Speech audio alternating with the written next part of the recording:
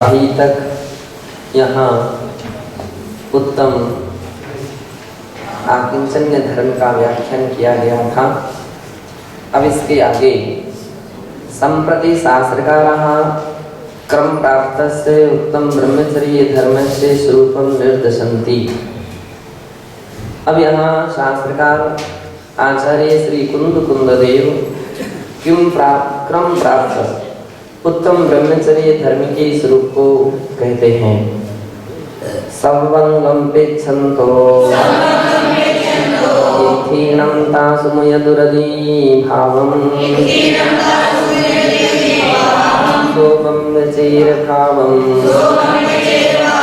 तत्कथितो दुद्धरं धरितुम्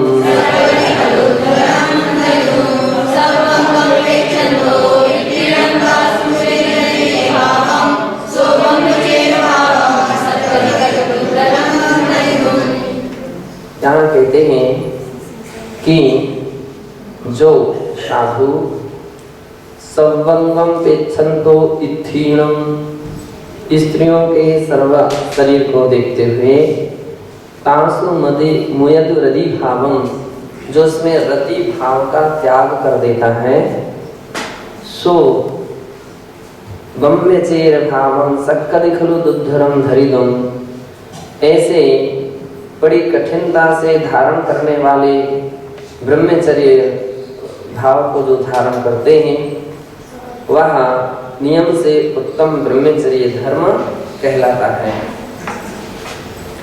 अर्थात जो स्त्रियों के सब अंगों को देखता निहारता हुआ भी उनमें रति भाव छोड़ देता है वह दुर्धर ब्रह्मचर्य धर्म को धारण कर सकता है। कहने का तात्पर्य ये है कि आमतौर पर आंखों का काम देखना होता है, तो अब आंखें कोई भी व्यक्ति कौन है, स्त्री है पुरुष है क्या है, तो बिना आंखें के खोले हुए अपन देख नहीं सकते हैं। तो देखना एक सहज हुआ करता है, सहज मात्रा में दिख जाए एक बात अलग है, लेकिन रति भाव जब व्यक्ति के अंदर में आ जाता है, विकार भाव आ जाता है, तो उसकी बार बार दृष्टि जाती है, बार बार देखने की इच्छाएं होती हैं, बोलने की भावनाएं होती हैं, बैठने की बात भावना होती हैं, वस्तु को आदान प्रदान करने की भावना होती हैं। ये शास्त्रों में निषिद्ध माना गया है। शास्त्रों में इसे 10 प्रकार के जो अब्रह्म कहे गए हैं उस अब्रह्म के अंतर्गत माना गया है। उसको आगे बताया जाएगा कि वो कौन कौन से अब्रह्म हैं। तो इसलिए यहाँ आचार्य महाराज ने उस प्रकार के रति भाव के त्यागी जो साधक हैं वे ही कठिनता से धारण करने वाले ब्रह्मचर्य भाव को ब्रह्मचर्य धर्म कहते हैं। कि इस प्रकार की साधना करना आम लोगों के लिए आसान नहीं होती है, बहुत बहुत कठिन होती है। तो इसके विषय में सर्वोदया टीका प्रारंभ होती है। यो अंगारः जो अंगार इत्थीनं सवंगम पेच्छन्तो स्त्रियों के सर्वांग शरीर को देखता हुआ भी स्त्रीणां सर्वांगानि प्रेक्षमाणोपि उनके सभी शरीर को देखता हुआ भी तासु रति भावं मुयदि तद्दर्शनानन्तरं सहजा प्रादुर्भूतं आसक्ति भावं राग भावं त्यजति। वह दर्शन के अनंतर देखने के बाद सहजता से उत्पन्न होने वाली आसक्ति भाव को राग भाव को त्यजति त्याग देता है। सदैव रागादि निर्मुक्तो भवति हमेशा रागादि से निर्मुक्त होता है। निर्विकार एव तिष्ठति इत्यर्थः निर्विकार रूप से रहता है, ऐसा इसका अर्थ हुआ कि जो देख लिया, अब देखने के उपरांत सारे भाव को भूल जाइए, अब अपने सारे विचारों को भूल जाइए, अनावश्यक अब देखने की पुनः चेष्टा मत कीजिए, बार बार देखने की चेष्टा मत कीजिए। तो इस प्रकार से तभी व्यक्ति का मन निर्विकार बना रह सकता है। अन्यथा यूं कहा जाता है एक बार दृष्टि जाना सहज माना जाता है, लेकिन बार बार दृष्टि जाना एक दोष माना जाता है। इसलिए जो इस प्रकार के दोष भाव को छोड़ देते हैं, राग भाव को, विकार भाव को छोड़ देते हैं, क्वचित संस्करणे, किन्हीं संस्करण में मुयदि दुर्भावम इति पाठा प्राप्यते, किन्हीं संस्कारों में मुयदि दुर्भावम ऐसा भी पाठ मिलता है। जैसे मुयदि रदिभावम, तो किसी ग्रंथों में मुयदि दुर्भावम ऐसा भी मिलता है। तत् दुर्भावम रागादि भावम मुंचति परित्यजिति इत्यर्थः, लेकिन अर्थ तो दोनों का एक ही है। तो उनके प्रति जो दुर्भाव यानी रागादि भाव को जो छोड़ देता है, ऐसा अर्थ करना चाहिए।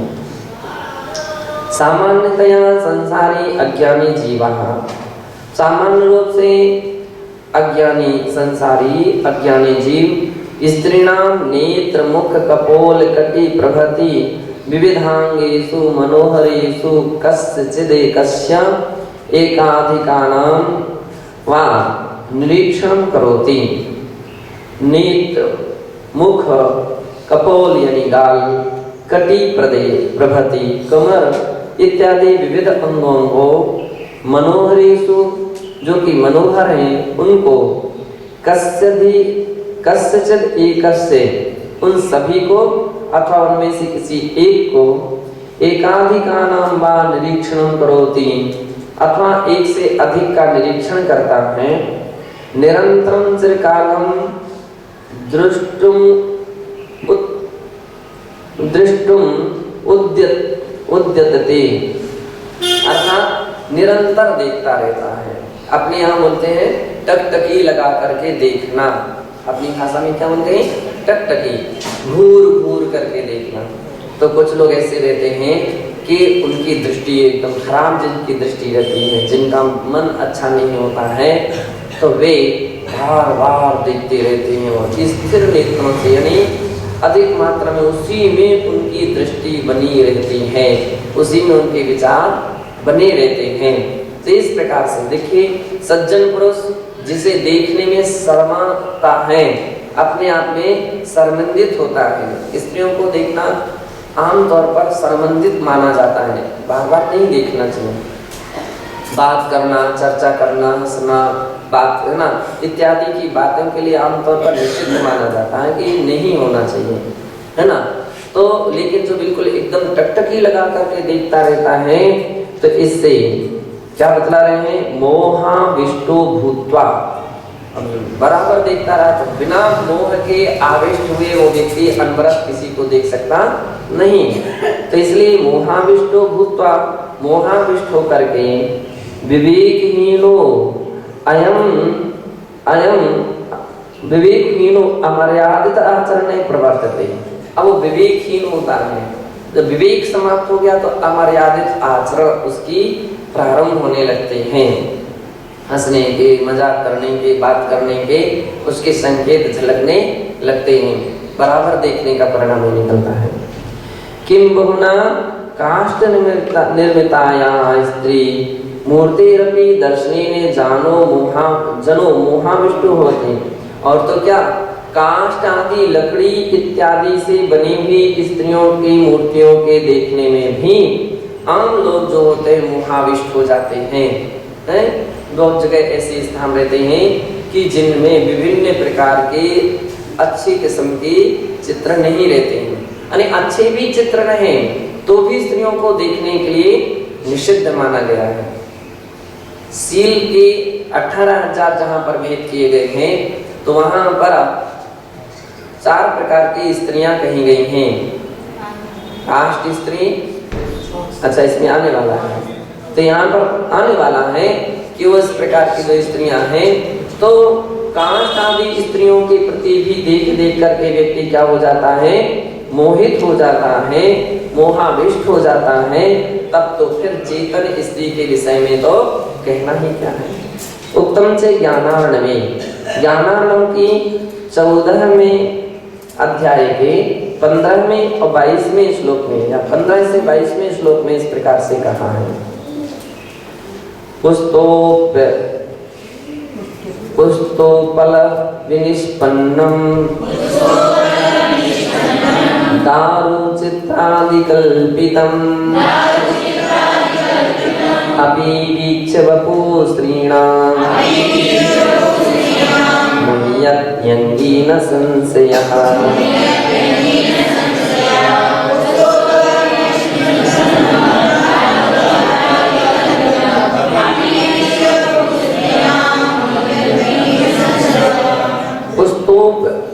पुस्तोपल विनिष्पन्नम, पुस्त कर्म का किसके लिए बोलते हैं?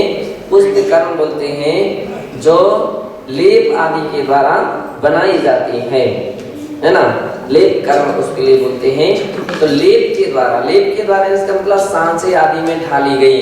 अब ऐसी मिट्टी की भी हो सकती है, धातु की भी हो सकती है, और भी ऐसी सामग्री की हो सकती है जिसे लेप कर्म के द्वारा तैयार किया गया, पुस्त कर्म कहा जाता है। तो लेप कर्म लीप के ऐसी बनाई गई है, तो सांचे में ऐसे किया जाता है, मिट्टी ली और ऐसे रख दिया और ऊपर से ऐसा कर दिया। तो तथा उपल पत्थर आदि पर टांकी के द्वारा उकीरी गई है ऐसे। निष्पन्नम दारू चित्रादि कल्पितम, और दारू यानी लकड़ी के ऊपर छील करके तैयार की गई है। चित्रादि कल्पितम, और पेंटिंग के द्वारा चित्र आदि के द्वारा बनाई गई हैं, उनको भी वीक्ष देख करके वपु स्त्रीणाम यानी स्त्रीणाम वपु उनके स्त्रियों को देख करके मुह्यत अंगीन संशया, आम लोग मोहित हो जाते हैं, इसमें किसी प्रकार का संशय नहीं है। आज अपन देखते हैं कि प्रायः करके आज के समय में स्त्री जो है विज्ञापन का विषय बने। आज कोई भी आप चाहे वो पैकेट खाने पीने के पैकेट हो, चाहे किसी भी सामग्री के पैकेट हो, किसी भी सामग्री का विज्ञापन हो, उसमें प्रायः करके स्त्री के विशेष चित्र मिलते हैं। किसके मिलते हैं? अधिकांश स्त्री के मिलेंगे, चाहे वो टीवी हो, चाहे वो कोई भी। तो स्त्री का चित्र सबसे अधिक, कपड़े की दुकान सबसे अधिक स्त्री। क्यों? स्त्रियों को देख करके व्यक्ति क्या हो जाता है? मुक्त होता है, मोहित होता है। और तो क्या, अब तो इससे भी आगे की कदम आ गए हैं, इससे भी आगे काम प्रारंभ है। आज के समय में दुकानों में सबसे अधिक है महिलाएं दुकान चला रही हैं, स्त्रियां दुकानें चला रही हैं। मतलब एक ऐसा समय था कि किसी घर की महिला के लिए दुकान में पैर रखना अपराध माना जाता था। तो दुकान पर क्यों आए? घर पर रखो। जो कुछ भी किसी के द्वारा सूचना भेजना चाहिए था, समाचार भेजना चाहिए था, घर दुकान पर नहीं भेजा जाता था, बाजार में नहीं भेजा जाता था, कोई भी दुकान पर सामग्री लेने के लिए नहीं भेजा जाता था। शील की कितनी गरिमा थी, मर्यादा थी, और इन सब बातों के साथ साथ मान लीजिए इतनी सारी मर्यादा रखी जाती थी। हर घर की महिला हर व्यक्ति से बात नहीं कर सकती है, हर व्यक्ति उसको देख नहीं सकते हैं, और वो भी किसी को देखे ना। अपस्यंजना ऐसा साहित्यिक ग्रंथों में कहा जाता था। अपस्यंजना यानी जिसके लिए कोई दूसरा व्यक्ति देख ना सके। स्त्री की मर्यादा घर तक रहती थी, घर की सीमा तक रहती थी, बस।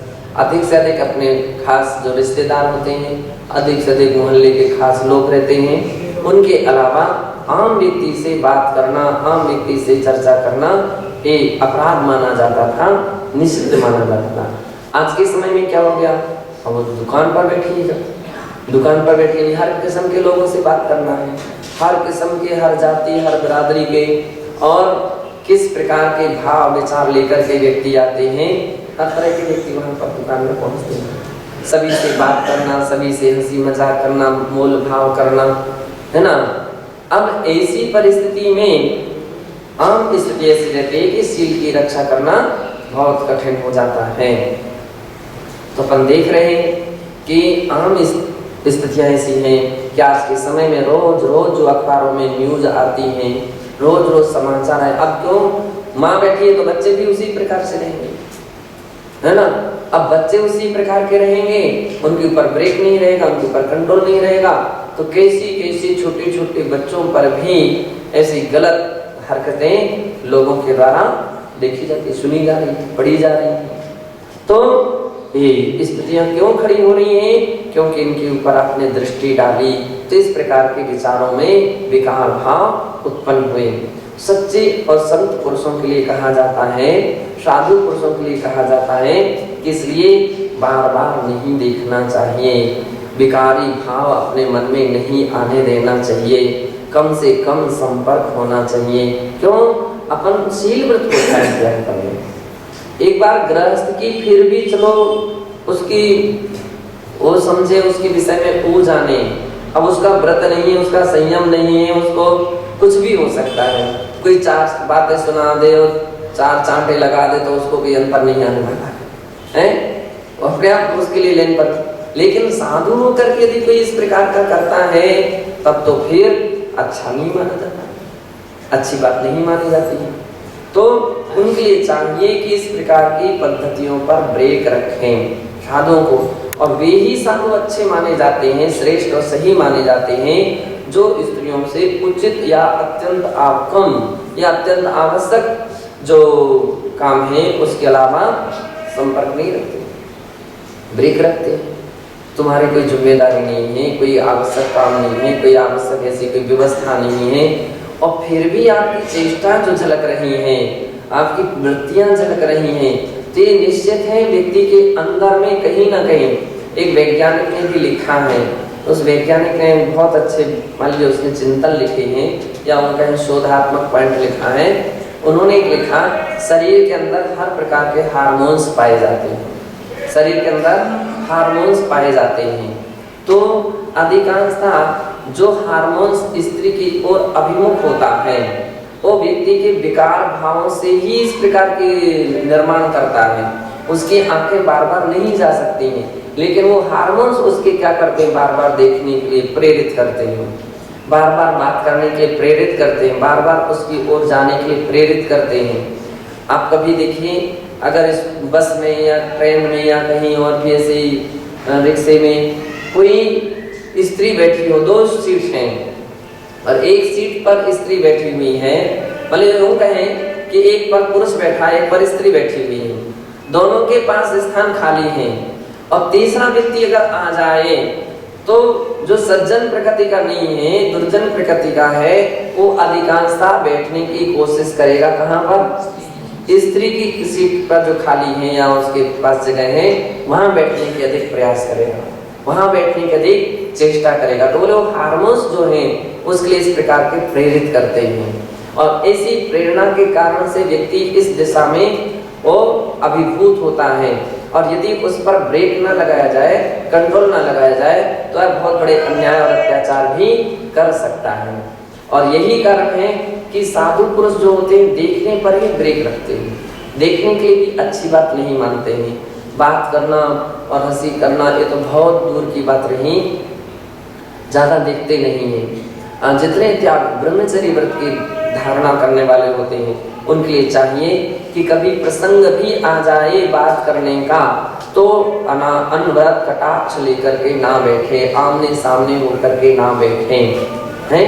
ब्रह्मचर्यों के लिए किस प्रकार से बात करने का तरीका होता है, तो जैसे किसी से बात करना है तो वो यानी प्रतिमुख होकर के बात करते हैं, अभिमुख होकर के बात नहीं करते, प्रतिमुख। आपने कभी यानी कुछ कुछ ब्रह्मचारी लोगों को देखा होगा, कुछ कुछ साधकों के लिए देखा होगा, तो कोई महिला बात करेगी ना तो इस प्रकार से बात करेंगे, तो वो पूछेंगे, कोई भी बात कहेंगे, महाराज श्री आपका स्वास्थ्य क्या, हाँ ठीक है, आपका आहार वगैरह कैसा है, ठीक हो गया है ना, मुझे प्रश्न है, मुझे शंका है, मुझे समझना है। तो आमतौर पर तो बोलेंगे गुरु के पास जाओ। अब गुरु के पास भी जाएंगे तो भी उसका समझाने का तरीका रहेगा कि इस विषय को पद्म पुराण में इस प्रकार से समझ लेना, हरिवंश पुराण से समझ लेना। आम मतलब बचने का प्रयत्न करेंगे, टालते देते हैं, और ज़्यादा आवश्यक ही पड़ जाए समझाने का तो अभिमुख होकर के नहीं समझाते हैं। फिर उसमें हरिवंश पुराण के अंदर में इस प्रकार का प्रकरण आया है, या जो भी शास्त्र की बात है प्रवचन सार समय सार, वहाँ इस प्रकार से इस विषय का प्रतिपादन किया गया है, उसको समझाया गया है। अब ऐसे व्यक्ति कितने अच्छे माने जाते हैं, श्रेष्ठ माने जाते हैं कि अगर वे फिर ऐसे व्यक्ति बात भी करते हैं तो भी उनके लिए निषिद्ध नहीं माना जाता, इतना बाहर दूषित नहीं माना जाता है, गलत दृष्टि वाले नहीं माने जाते, क्योंकि वे अपने आप में संभले हैं, वे अपने आप में सावधान हैं। और फिर बस ज़्यादा हो गया, आपका संकट अब जाइए, वो संकेत दे देंगे अब जाइए, अथवा दूसरों के दर्शन कर लीजिए, कोई ना कोई बहाने से उसको क्या करने का प्रयास करेंगे, उठाने का। अब आप अमुक महाराज के पास जाइए, वहाँ से दर्शन कर लीजिए, भगवान के दर्शन कर लीजिए, और वहाँ से टिकने नहीं देंगे, बैठने नहीं देते, आप वहाँ जाइए, माता जी के पास जाइए, माता जी लोग बहुत अच्छी समझा देंगे, माता जी समझा देंगे, सही है, माता जी अपने हिसाब से समझा सकते हैं। तो ये तरीके हमारे शास्त्रों में इस प्रकार के उल्लेख मिलते हैं, इस तरीके मिलते हैं कि हम कैसे अपनी चर्या को बनाएं, और कैसे, उस डॉक्टर ने तो डायरेक्ट ही लिखा है, उसने लिखा है कि 3 सेकंड 3 मिनट क्या है, 3 सेकंड अनवरत किसी स्त्री को देखने के बाद वो व्यक्ति के अंदर विकार भाव जग जाते हैं, हार्मोन्स जो हैं वो उस प्रकार की विकृति को उत्पन्न कर देते 3 सेकंड अनवरत देखने से। इसलिए अनवरत देखने पर पूरा ब्रेक लगाना चाहिए। उसने सभी पर लिखा, देखने से, सुनने से, उनकी बातें बोलने से। तो अपने यहाँ तो शास्त्र कहते ही हैं कि कितने प्रकार के प्रविचार होते हैं, तो देखने का भी क्या शेषा, स्पर्श, रूप, शब्द, मन, प्रविचार, स्पर्श, रूप, शब्द, मन, ये सब प्रविचार के इसके अंदर में भेद हैं। तो जब ऐसा व्यक्ति का उस दिशा में उपयोग जाता है तो निश्चित है वह हार्मोन्स जागृत होते हैं और व्यक्ति के लिए गलत धारणा की ओर प्रेरित करने लगते हैं। और ऐसे व्यक्ति अपने शील से आया करके बहुत कुछ ऐसे लोग हुआ करते हैं, वो मान लीजिए दूषित हो जाते हैं, शिथिल हो जाते हैं। उत्तम से ज्ञानार्णवे, ज्ञानार्णव के में इस प्रकार से अच्छा वहां पर कहा दृष्टिपातो भवेत् पूर्वं ज्ञानयति ततो मनः प्रणीदत्ते जना पश्चात् तत्कथा गुणकीर्तने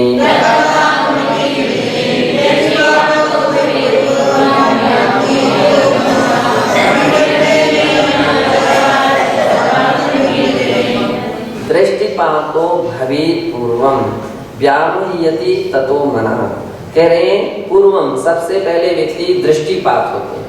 दृष्टिपात यानी देखना होता है, देखता है व्यक्ति, और देखने के उपरांत फिर क्या होता है, दृष्टिपातो भवेत् पूर्वा व्यामोहयति ततो मनः।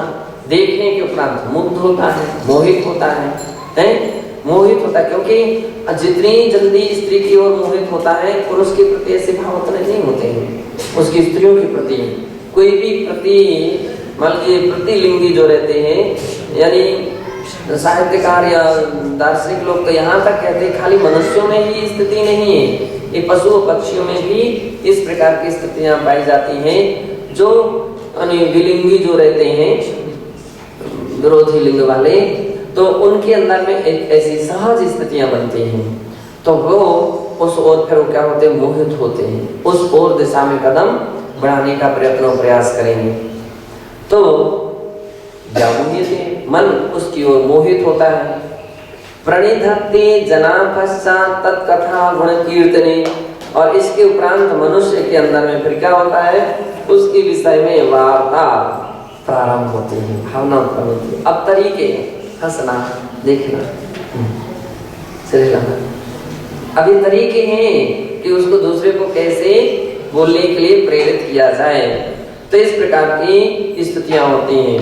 और गुण कीर्तने, गुण के कीर्तन में उपयोग लगता है। आप तो बहुत अच्छे हैं, बहुत अच्छा आप देखिए, हम रोज दर्शन, बहुत अच्छी बात है, ऐसा वैसा है। अब आपको क्या लेना देना उनसे, इन सब बातों से, लेकिन ये सब क्या करा रहा है, जो विकार भाव है वो इन सब दिशा में व्यक्ति के लिए क्या करता है, प्रेरित करता है। तो देखना, मोहित होना, फिर वार्ता या गुणों की चर्चा में या उसकी प्रशंसा में व्यक्ति तत्पर होता है। फिर तथा प्रेमानुबंधा स्यात् दुह्योरपि निर्भरम् उत्कण्ठते ततश्चेतः प्रेमकाष्ठा प्रतिष्ठितम्।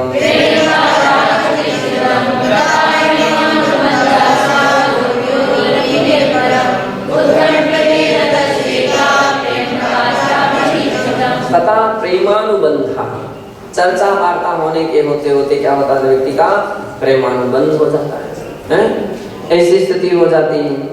प्रेमानुबंधा स्यात् उभयोरपि निर्भरम, दोनों में निर्भर यानी गाढ़ प्रेम उत्पन्न हो जाता है। व्यक्ति के अंदर में डर भय आदि समाप्त हो जाता है।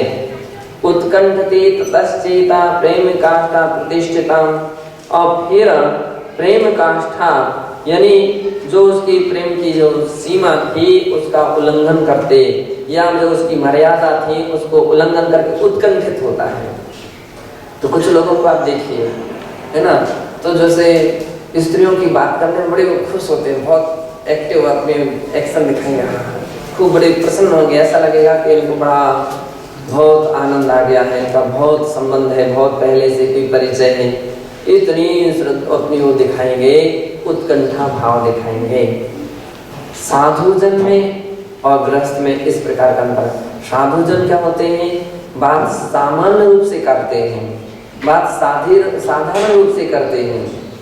और रागी व्यक्ति क्या होता है, एक उसके हाव भाव से पहचाना जा रहा है कि जो आनंद क्यों आ रहा है, उनको इतनी उत्कंठा क्यों हो रही है, इतनी खुशी क्यों हो रही है। तो क्या होता है, वो विकारी मन जो है वो अपनी दिशा में आगे आगे कदम बढ़ाता चला जा रहा है, तो उत्कंठा उसके अंदर में बहुत बहुत प्रारंभ होती है। और दान दक्षिण विश्वासै उभयोर्वर्धते स्मरः तथा सापोऽपि शाखाभिः प्रतिवल्ली विसर्पति।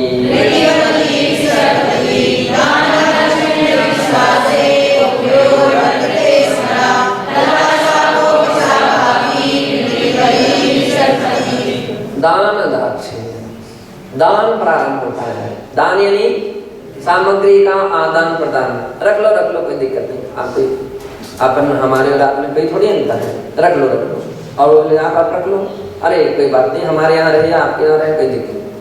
अब वो वस्तु के आदान प्रदान की इस प्रकार की चेष्टाएं प्रारंभ होने लगती हैं। और दान दाक्षिण्य, और दाक्षिण्य उदारता दिखाता है, उदारता व्यक्ति दिखाता है, कोई बात नहीं, टूट गई टूट जाने दो, फूट गई फूट जाने दो, चली गई चली जाने दो, अरे वो तो हमारे से भी जा सकती थी, ऐसा है, उदारता दिखाता है। खर्चा पानी का हम टिकट कटा देते हैं, हम इस प्रकार का बिल चुका देते हैं, अरे क्या परेशानी है। कभी कभी लोगों में इस प्रकार की चेष्टाएं देखी जाती हैं। अब वो दाक्षिण्य बड़ी उदारता दिखाता है ना, कि मानो ये कोई बहुत पहले से खूब अच्छा उनका घनिष्ठ रिश्ता ही हो, ऐसी दाक्षिण्यवाद दिखाता है। और इसके साथ साथ विश्वास ही उभयो वर्धते स्मरा, विश्वास दिलाता है। ये बात किसी से नहीं कहना, ये बात किसी से, हाँ और तो किसी से नहीं कहेंगे, और किसी से नहीं कहेंगे। अब वो बात को विश्वास में पढ़ लेता है, अब ये तो बहुत हमारे विश्वास है, इसमें मेरी इतनी सारी बातें किसी से कही नहीं, किसी हमारी कोई बात कही नहीं। अब विश्वास नहीं, विश्वास की वृद्धि बना लेता है, तो विश्वास बढ़ता है। और इसके उपरांत वर्धते स्मरः, स्मर यानी काम वासनाएं बढ़ने लगती हैं।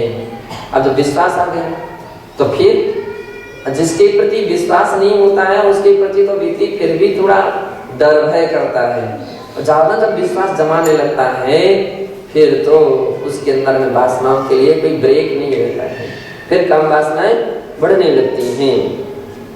तथा शाखोऽपि शाखाभिः प्रतिवल्ली विसर्पति, और इसके उपरांत उभयों दोनों में प्रेम की वृद्धि होती है और लाज समाप्त हो जाती है। क्या व्यक्ति निर्लज्ज हो जाता है, कौन क्या कहेगा, कहने दो ना, हमको क्या लेना देना। उसका मन खराब होगा, उसकी बुद्धि खराब होगी, उसकी आंखें खराब होगी, उसकी दृष्टिकोण खराब होगा, उससे वैसा होगा वैसा होगा। यानी उल्टा ही चोर कोतवाल को डांटे, उल्टा ही चोर कोतवाल को डांटे। ऐसी स्थिति खड़ी हो जाने लगती है कि उसको कोई लाज नहीं रहती। कौन लोग हंस रहे हैं, हंसने दो, कह रहे हैं कहने दो, बोल रहे हैं बोलने दो। कोई उसके अंदर में गरिमा बन नहीं पाती, प्रतिष्ठा नहीं बन पाती है, अपने आप में समानता नहीं है। तो ये बतला रहे हैं ऐसी स्थिति होती। और मनोमलति चांडुन्यम निस्संगम संगलालसम प्रणश्यति ततो लज्जा प्रेम प्रसर पीड़िता।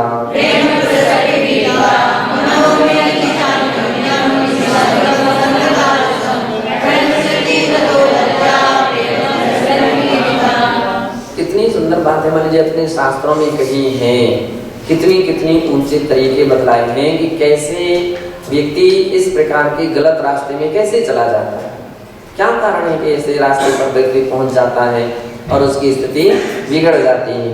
तो बतला रहे हैं कि मलति चान्योन्यम, अन्योन्यम परस्पर में एक दूसरे की मलोमलानता प्रारंभ होने लगती है। और मनोमलति चान्योन्यम निस्संगम संगलालसम, दोनों में के मन में एक दूसरे के मिलने जुलने की उत्सुकता होती है, फिर दोनों के मन मिल जाते हैं और इसके उपरांत प्रणश्यति ततो लज्जा, दोनों के प्रेम में वृद्धि होती है और लज्जा समाप्त हो जाती है। आज अपन देखते हैं कि कितने सारे जो कोर्ट मैरिज वगैरह होते हैं, आप इसकी पूर्व भूमिका देखो। एक साथ तो कोर्ट मैरिज कोई व्यक्ति नहीं कर सकता है, तो कुछ ना कुछ तो उसने सीमाएं तोड़ी हैं बीच में, हैं कंट्रोल में बाहर रहा है। वो अगर कंट्रोल हो जाता कोर्ट मैरिज नहीं होती है ना। तो वो क्या होता है कि व्यक्ति अपनी ऐसी सीमा में पहुंच जाता है कि उसको किसी की लाज नहीं रहती। माता पिता क्या सोचेंगे, परिवार के लोग क्या सोचेंगे, समाज के लोग क्या सोचेंगे, रिश्तेदार क्या सोचेंगे, क्या कहेंगे, इस विषय में फिर उसका डर है समाप्त हो जाता है।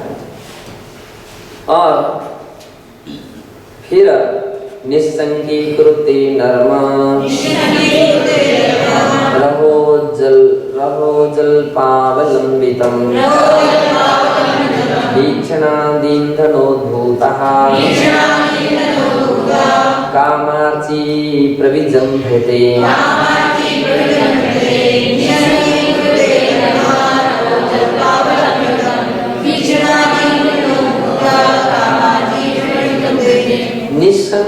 निस्संकीकृते नर्म रहो जल्पावलंबितम। अब एक स्थान एकांत, अब फिर क्या होगा कि जब इस प्रकार की व्यक्ति की स्थिति पहुंच जाती है, फिर वो एकांत स्थान का प्रयास करता है।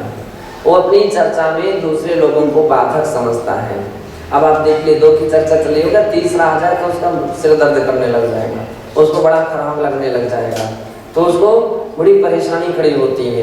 प्रयासरत रहता है कि कहाँ बैठे, कहाँ बात करें, कहाँ बात कर सकते हैं, जहाँ कोई व्यक्ति बाधक ना आ जाए, कोई दूसरा व्यक्ति ना आ जाए, कोई दूसरा सुन ना ले हमारी बात। ऐसे स्थान की खोज करता है। और तो क्या, मोबाइल से भी व्यक्ति चर्चा करता, तो अधिकांश देखते मोबाइल आता है, व्यक्ति तुरंत दौड़ करके बाहर पहुँचता है। तो क्यों, क्या बात है, आप इतने बाहर क्यों दौड़े हो? अभी तो कोई स्वाध्याय नहीं चल रहा था, कोई पूजा पाठ नहीं चल रही थी, कोई विशेष काम नहीं चल रहे थे, लेकिन कोई दूसरा सुन ना ले, इसके पीछे सिद्धांत क्या रहता है, व्यक्ति कोई दूसरा सुन ना ले, ऐसा प्रयास रहता है, प्रयत्न रहता है। और तो क्या, मोबाइल की जो घंटी वगैरह है ना, उसको भी इस प्रकार से रख लेता है कि धीरे से उसी को मालूम चल जाए, किसी को दूसरे को नहीं मालूम चले। भी कान में वो ईयरफोन आते हैं, उसको लगा लेता है, बस सुनता है। तो एकांत में प्रेम भाषण आदि के रूप में कीड़ारत हो जाता है। परम पूज्य गुरुदेव आचार्य विनोद शर्मा जी और सर्वत्र शर्मा जी बहुत बार ऐसा करते थे, किसी की चर्चा चल रही हो तो किसी न किसी एक महाराज को भेज देते थे, जाओ वहां पर बैठ जाओ।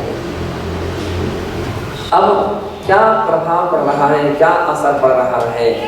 तो महाराज कई बार क्या करते थे, आमतौर पर तो कंट्रोल ही रहता था, ब्रेक रहता था। हमारे यहाँ संघ में कोई भी इस प्रकार की चर्चा करना तो क्या बैठ नहीं सकता है, देखने की कोई बात नहीं कर सकता। तो इतना संघ की पद्धतियाँ थी। तो लेकिन कभी कदाचित नहीं कोई मान रहा है, नहीं कोई कंट्रोल आ रहा है, तो महाराज क्या करते थे, तीसरे व्यक्ति को जा करके भेज देते थे, जाओ वहाँ पर बैठो, और चेंज कर देते थे। दूसरे दिन दूसरे को भेज देंगे, जाओ बैठ देखो क्या कैसे। क्योंकि कभी कभी ऐसे भी हो सकते जिसको भेजा हो कहीं वो भी उसी में शामिल हो जाए। तो महाराज क्या करते थे, चेंज करते थे, अथवा उससे पूरा समाचार लेते थे। तो जैसे ही अब उसको भेजा गया है, अब उसके लिए एक बार ऐसा भी हो सकता है कि सामान्य रूप से प्रच्छिन्न रूप से गया है, प्रच्छिन्न रूप से बैठा हुआ है, और दूसरा तरीका ये रहता था कि प्रकट रूप में बैठा था। तो महाराज ने भेजा मुझे आपके पास यहाँ पर बैठने के लिए। अब वो बोला भाई आप जाओ आप जाओ आप जाओ, अभी हमको बात करना, हमको ये करना नहीं। महाराज क्या किया है, महाराज बात समझ जाती थी। और महाराज की आदेश ये है कि जब जब भी आप दोनों बैठेंगे तो हमको जरूर बैठना है आपके पास, है ना। जब जब भी आप बैठेंगे तो फिर आमतौर पर कंट्रोल होता था, आगे पीछे भी इस प्रकार के प्रसंग रखे जाते थे।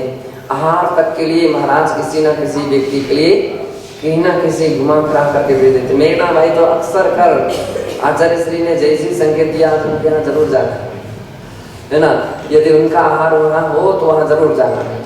अब हम तुरंत महाराज को 2-4 ग्राम कुछ देगी, और मन शुद्धि, वचन शुद्धि, काय शुद्धि, जल शुद्धि, तो पहले से ही व्यक्ति सब घबरा जाते थे, सावधान हो जाते थे। और यदि कहीं कदाचित ऐसे कोई स्थिति पड़ जाती थी तो मैंने फटकार भी देती थी, क्या यहाँ पर 1 गिलास ले लिया, चलो हटो यहाँ से, 2 गिलास ले लिया, चलो हटो यहाँ से, फटकार बढ़ा देती थी, है ना। तो मान लीजिए एक कंट्रोल किए जाते थे। कह रहे हैं कि आम स्थिति होती है, व्यक्ति एकांत स्थान इसलिए चयन करता है, कोई देख ना ले, कोई आ ना जाए, कोई कुछ टोक ना दे, कोई कुछ इसमें हमारी बात को सुन ना ले, तो इस प्रकार की स्थिति खड़ी होती है। और इसके उपरांत प्रेम परस्पर पीड़िता, फिर कीड़ा रत हो जाता है, खेल प्रारंभ हो जाएंगे। अब तरीका क्या होगा, खेल प्रारंभ होंगे, कीड़ा किसी न किसी प्रकार के ऐसी सामग्रियों के द्वारा गेम खिलाना ठिकाना इस प्रकार का शुरू होगा। और दोनों के परस्पर सदर्शन स्पर्शन आदि रूप ईंधन से कामाग्नि भड़कने लगती है। देखने से अब स्पर्श भी प्रारंभ हो जाएगा, उसका हाथ पकड़ लेगा, उसको धक्का दे देगा उसको, है ना। तो इस प्रकार की स्थितियां, काम वासनाएं बढ़ती बढ़ती चली जाती हैं। अंत में बहिरंतस्ततस्तेन दशमानोऽग्निना भृशम् अभिचार्ये जना शीघ्रं तथा पापां पापे प्रवर्तते।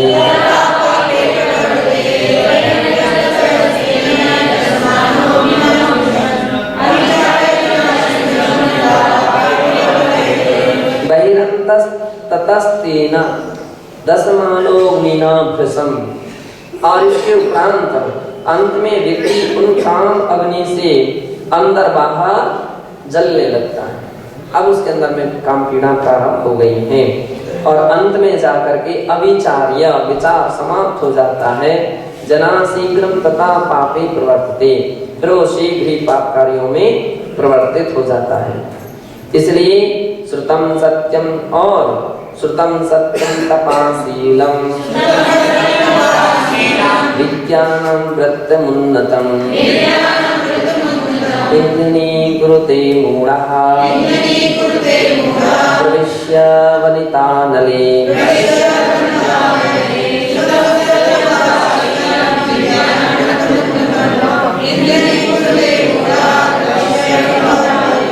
इस प्रकार मूढ़ पुरुष, मूढ़ मनुष्य उस स्त्री रूपी अग्नि में प्रविष्ट होकर के क्या बोल रहे हैं कि प्रविश्य वनितानले, वनिता रूपी अनल, वनिता स्त्री रूपी अग्नि में प्रविष्ट होकर के श्रुतम शास्त्र ज्ञान सत्यम सत्य, तपः अपनी तप साधना दीक्षा, शीलम ब्रह्मचर्य व्रत, विज्ञानम और विशेष ज्ञान, और व्रतमुत्तमम पुण्य चारित्र को भी ईंधन बना डालता है, यानी उसको भी स्वाहा कर देता है, इनकी परवाह नहीं करता है। अतएव सराग नारी अंग दर्शन से दुष्परिणाम मनसी निधाय, सराग स्त्रियों के अंगों को देखने का दुष्परिणाम क्या होता है? हम लोगों ने देखा ही तो है, क्या हमने और कौन सा गलती कर लिया, हमने कौन सा पाप कर लिया, हमने कौन सी ऐसा काम कर लिया कि जो हमको आप ऐसा समझ रहे हैं, है ना? इतनी बड़ी शाबाशी दिखाता है। और वो कौन व्यक्ति दिखाता है? जिसके अंदर में गलत धारणा रहती है, उनके अंदर में भी अधिक मान लीजिए रोष तोष जगता है। जिसके अंदर में कंट्रोल रहता है, उसको समझा दो भाई आप ऐसा नहीं करना, वो कहला ठीक है हम नहीं करेंगे, है ना? उसके अंदर रोष उत्पन्न नहीं होता है। जिसके अंदर विकृत भाव नहीं है उसके अंदर में रोष नहीं होता। रोष तो किसके अंदर में होता है? जिसके भाव विकृत होते हैं, और उसके लिए तो दूसरा बाधक शत्रु की तरह झलकता है। ये हमारे इस बात में बाधक क्यों बन रही है? तो उसके लिए बहुत शत्रु की तरह झलकता है। लेकिन आचार्य महाराज कह रहे हैं कि अगर ऐसा ना किया जाए, देखने पर भी कंट्रोल ना किया जाए, तो व्यक्ति अनाचारी हो सकता है। अतएव सराग नारी अंग दर्शनस्य परिणामं मनसि निधाय, इस प्रकार से नारी के अंग के राग सहित दर्शन का जो दुष्परिणाम मन है उसको मन में धारण करके समझ करके तत्वासूत्रे ब्रह्मचर्याणु व्रत भावनासु तदीय मनोहारांग निरीक्षण त्यागस्य निर्दिष्टो विहितः। तत्वार सूत्र के 7वें अध्याय के 7वें सूत्र में भी जहाँ ब्रह्मचर्याणु व्रत के भावनाएं कही गई, इसकी ब्रह्मचर्याणु अणुव्रत की, महाव्रत की तो नहीं, अणुव्रत यानी गृहस्थ श्रावक के लिए भी ये बातें कही गई हैं कि उनकी भावना में तदीय मनोहर अंग निरीक्षण त्याग, उनकी मनोहर अंग का निरीक्षण का त्याग क्या कहा गया है? स्त्री राग कथा स्मरण मनोहरांग निरीक्षण स्मरण विशेष शरीर संस्कार का। तो उनके लिए भी कहा गया है कि वो अणुवृत्ति होकर के भी स्त्रियों के मनोहर अंग की ओर दृष्टि ना ले जाए, निरीक्षण का त्याग करे। जो व्यक्ति उसका देखने का त्याग कर देता है वो श्रावक अपने व्रत का अच्छी तरह से पालन करता रहता है, और जो अनवरत देखता रहता है उसकी तो समस्या कठिन है, उसकी शील व्रत कठिन है। निर्देशो विहिता, वहां पर ऐसा कहा है, उत्तम से भगवती आराधना ग्रंथे, भगवती आराधना ग्रंथ में भी गाथा 1204 में भी इस विषय में ऐसा कहा है। महिला लोयन पोवरती शरण संसत्त सही वसहि विकहाहिम पणजरसेहिम यवरदी भावना पंचबंभस्य।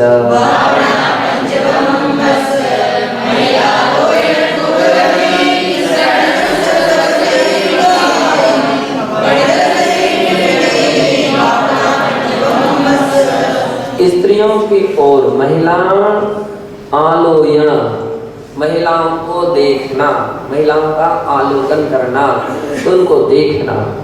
पूर्वरधि स्मरण, पूर्व में भोगे हुए भोगों का स्मरण करना। संसत्त संसत्तव सही विकहाहिम, असंसत्त स्त्रियों से युक्त वसतिका में निवास करना। जिन स्थानों में स्त्रियां रहती हैं उन स्थानों में निवास करना, अथवा जिन सामग्री पर चटाई आदि पर स्त्रियां बैठती हैं उन पर बैठना।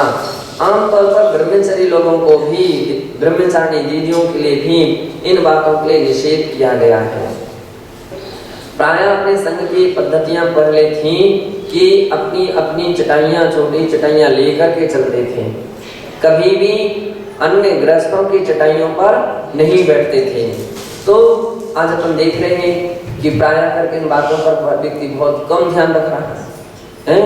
धीरे धीरे क्या हो रहा है कि हम चटाइयों पर भी, पहले अलग से चटाई ले जाते थे तो उनका सम्मान भी विशेष रूप से रखा जाता था, चाहे बूढ़े से बूढ़े। अभी कौन कौन सी वृद्ध अम्मा आती है, अली आचार्य श्री के संग की भी ब्रह्मचारी जीवों को देखा, एक अपने जौनपुर जी में एक रमाबाई करके थी, कितनी उम्र 80 साल 85 साल की थी, तो भी वो अपनी चटाई जरूर लिए रहती थी। कहीं भी जाएंगे वो अपनी चटाई छोटी सी वो आसनी वो लेकर के ही जाएंगे, जहां भी बैठना है तो अपनी उस आसनी पर ही बैठा करते थे, अन्य किसी पर नहीं बैठते थे।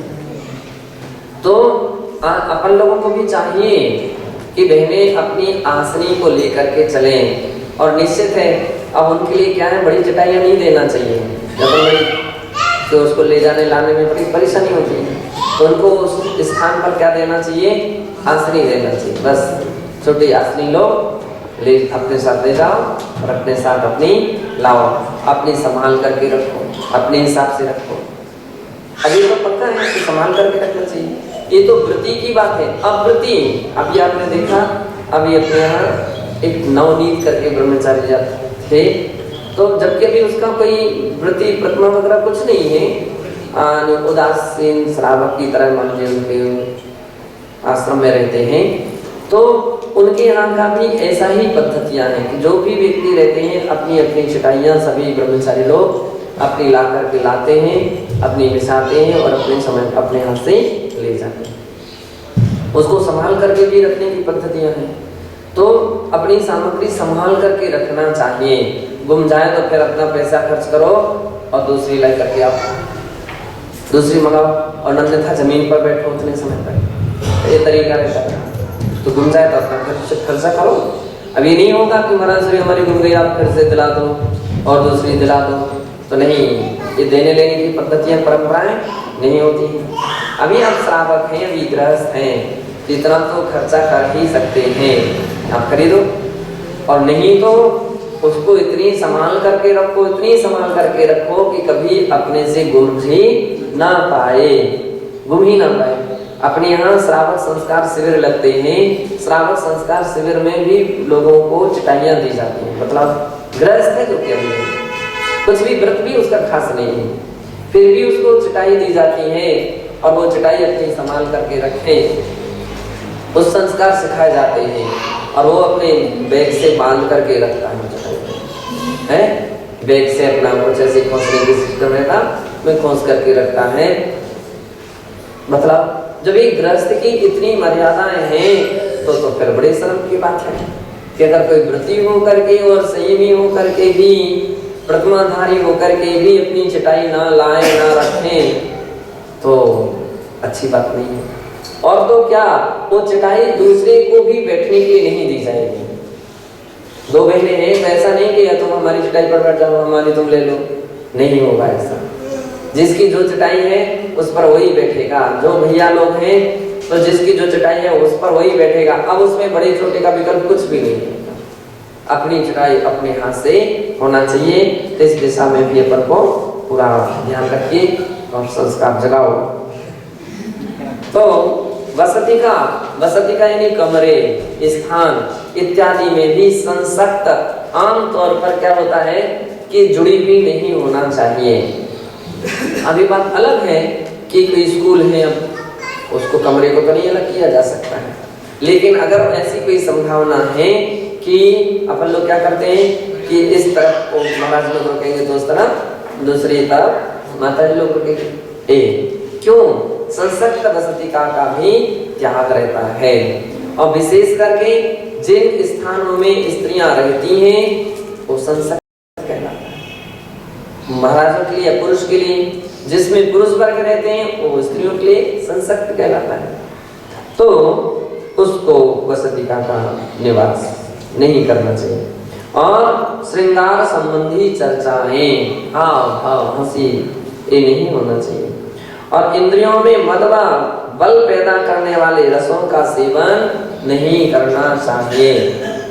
जो इंद्रियों को मद उत्पन्न करें, बल उत्पन्न करें, तो ऐसे सामग्रियों का उपयोग नहीं करना चाहिए। कुछ कुछ लोगों को देखते हैं दोष पर दोष होते चले जाते हैं और फिर भी गरिष्ठ सामग्रियां चल रही हैं।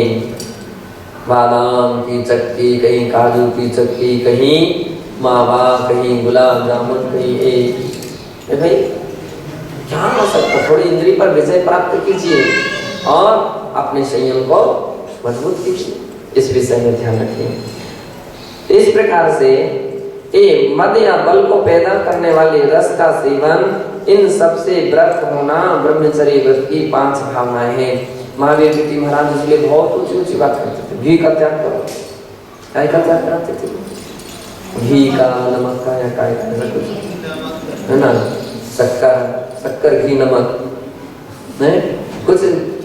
मान लीजिए उनके पीछे एक ही सिद्धांत था। अपन लोगों ने तपस्या तो ठीक है, इसके पीछे सिद्धांत है कि इस व्यक्ति का मन शरीर कमजोर रहेगा तो मन भी कमजोर रहेगा। कुछ एक बार कोई साधक आए तो उनकी इंद्रियां कंट्रोल में नहीं रहती थी। जब उनकी इंद्रियां कंट्रोल नहीं रहती थी, महाराज ने उनके 4 दिन में ठीक कर दिया। 4-6 दिन में, है ना। क्या किया? उपवास दिए उन्होंने, 2-3 उपवास दिए महाराज ने। 2 उपवास किए, 2 उपवास कीजिए, नीरस भोजन कीजिए, 2 उपवास कीजिए, नीरस भोजन कीजिए, वो कीजिए। अपने आप गाड़ी लेने पर आ गए और फिर बहुत सारी सामग्रियों का त्याग भी करा दिया कि ये सामग्री नहीं लेना, वो नहीं लेना, वो नहीं लेना। तो कहने का तात्पर्य ये है कि भोजन भी व्यक्ति के लिए विकृति का एक हेतु बन जाता है। खाना पीना भी एक हेतु बन जाता है। जिनका अपने आप में कंट्रोल नहीं रहता है, उन लोगों के लिए इस प्रकार के विशेष प्रकार के नियम दिलाए जाते हैं। देखिए, कुछ लोगों को कहा जाता है इसका ब्रेक रखो, लेकिन किसी के लिए क्या नहीं, आपको इसी सामग्री के लिए लेना। अब कोई तपस्या करने वाले होते थे, कोई बहुत बड़ी मेहनत अध्ययन करने वाले होते, महाराज उनके लिए स्पेशल सामग्री भिजवाते थे। स्पेशल क्यों? आपने इतने उपवास किए हैं, मेरा भाई स्वयं लेकर के जाती थी, स्वयं व्यवस्था बना उनके साथ विचार 4 दिन तक, 8 दिन तक, जो भी कुछ जैसा भी उनको समझ में आता था, और उनने की व्यवस्था बना देती थी। एक के लिए त्याग करा रहे हैं और एक के लिए व्यवस्था बनाई जाती है। जिसको कंट्रोल नहीं है उनको तो त्याग की बात कहते थे, और जो त्याग साधना में उत्कृष्ट अच्छी ऊंची ऊंचाइयों को पा रहे हैं उनके लिए उस विषय के लिए प्रेरित कहा जाता था। तो ये कोई सामग्री अभक्ष्य नहीं है कि लेना ही नहीं चाहिए, नहीं, उनको नहीं लेना चाहिए जो ज्यादा परिश्रम नहीं करते हैं, ज्यादा तप त्याग नहीं करते हैं, ज्यादा जिनका अध्ययन पढ़ाई आदि कोई विशेष काम नहीं होते हैं, उनके लिए इन सब वस्तुओं के लिए ब्रेक रखना चाहिए, उनके लिए इन सब बातों पर कंट्रोल होना चाहिए। लेकिन जो तप त्याग करते हैं बोले नहीं, आपको तो लेना ही चाहिए, अगर नहीं लेंगे तो शरीर क्या हो जाएगा, क्षीण हो जाएगा। तो इस प्रकार से यहाँ पर इन सारी बातों के विषय में जानना चाहिए। इसके आगे भी अभी एक प्रकरण चलेगा, अब्रह्म के भेद गिनाए जाएंगे कि किस किस प्रकार के अब्रह्म की स्थितियाँ रहती हैं, उसको समझना के लिए आगे